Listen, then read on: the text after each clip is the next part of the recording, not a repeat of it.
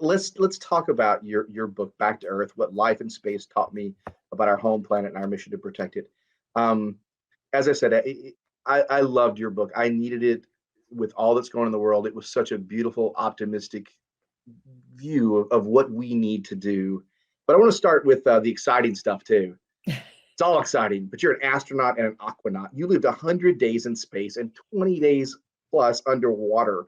What is it like to live in a unique environment like that? What kinds of unexpected things did you encounter?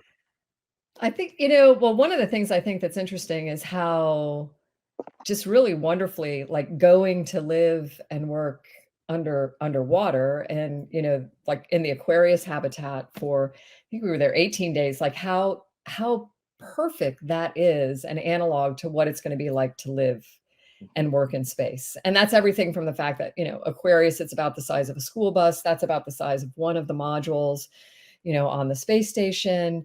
I think the most perfect thing about it is that, when you go down to 60 feet underwater, scuba diving, and you're down there for more than an hour, you can't just swim safely to the surface, right? Your body's so saturated with nitrogen. So you're in this place, you're living in this place, and you have to, as a crew, figure out how to deal with anything that might go wrong there. You can't just escape to the surface.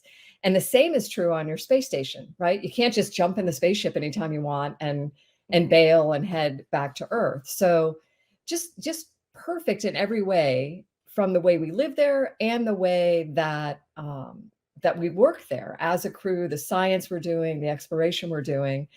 But and people look at me and say, "Well, what do you mean go live underwater to learn how to live, to Mhm. live in space?" I'm like, "Yeah, it's the great, and I highly recommend it. I mean, if you get the chance to, Mhm. go do a mission like this, and I'm sure Philippe and Ashlyn have, visited this place as part of their exploration and science and experience, and, hopefully can attest to the fact that it's just so cool to have this perspective of inner space where the planet just seems to wrap around you, and Mhm. then to use that perspective and take it to space where you're kind of wrapping around the planet, right? You've got Mhm. this macro view now, and just be able to compare those two things and appreciate them, I think is really the key to it.